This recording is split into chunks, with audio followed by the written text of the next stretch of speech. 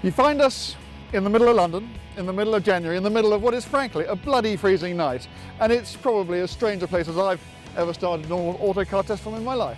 But there is some method behind the madness.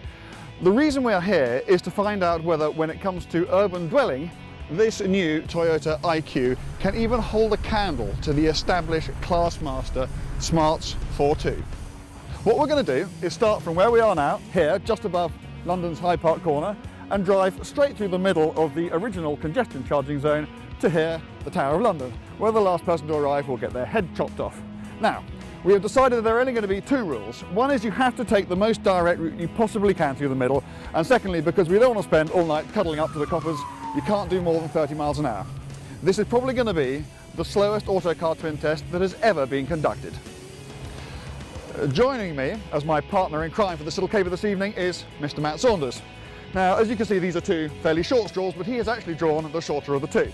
And because it's very cold and because it's very late and because I have a feeling this is going to be an extremely long night, I think without further ado, we better get on the way. I have a map here and I'm going to give it to you because I've got a funny feeling you're going to need it more than me. Right, we're away.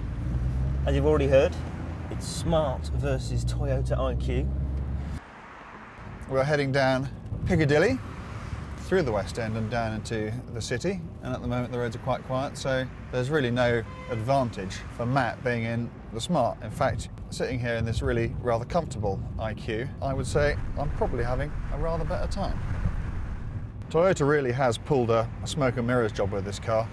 It's so small from the outside. It really, if you park it next to the Smart is a shorter car, but it doesn't look like it. And if you look at the side of this car, you can scarcely believe you could get anything in the back, let alone human beings. But if an adult gets in behind, a 6-foot man who's sitting in the passenger seat in the front, there's all the room in the world. It's an astonishing achievement. Of course, you can't sit anybody behind the driver, but that's at least 3 adults accommodated in comfort, which is 50% more than you'll get in a Smart. You can say what you like about the Smart 4.2, but what you can't say is that it's not a characterful, engaging, fun to drive little thing. It's small, it's compact, it's agile. It can nip through gaps that little Toyota wouldn't even look at. Giving Matt the map was not quite the act of selfless generosity it may at first have seemed. What he doesn't know, back in his poverty spec Smart, is that here Toyota has given us not only an IQ2, which is the upmarket model, but they've also decided to equip it with satellite navigation, which I'm anticipating is going to be something of a help over the next few hours. Even so, I've got a funny feeling the dice are still loaded against me, and here's why. The Smart not only has a better power to weight ratio than this IQ, it is also shorter and narrower, and therefore much better suited to nipping through London's little streets than this IQ. So here we have the bright lights of Piccadilly Circus, and a little bugger in the Smart's off again. This is actually, just keeping up with him is considerably harder work than I'd bargained for.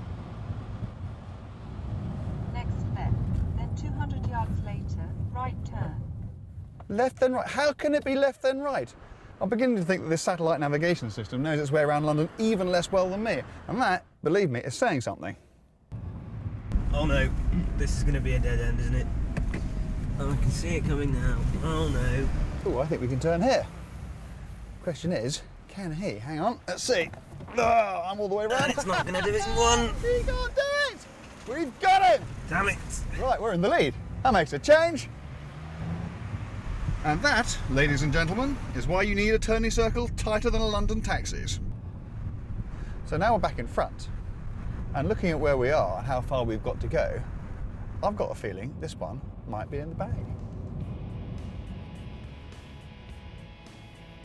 Tell me he's not here. No, it's not here. He's not here? That's another way of saying that I've won, isn't it? I've won! Hang on, he's there.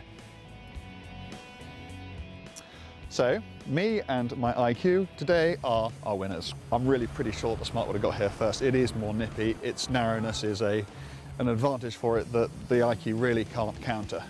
But what this experience has told us is that there is more to making a town car than simply making one that is very quick from point to point. It's important, obviously, but equally important is your quality of life while you're in the car.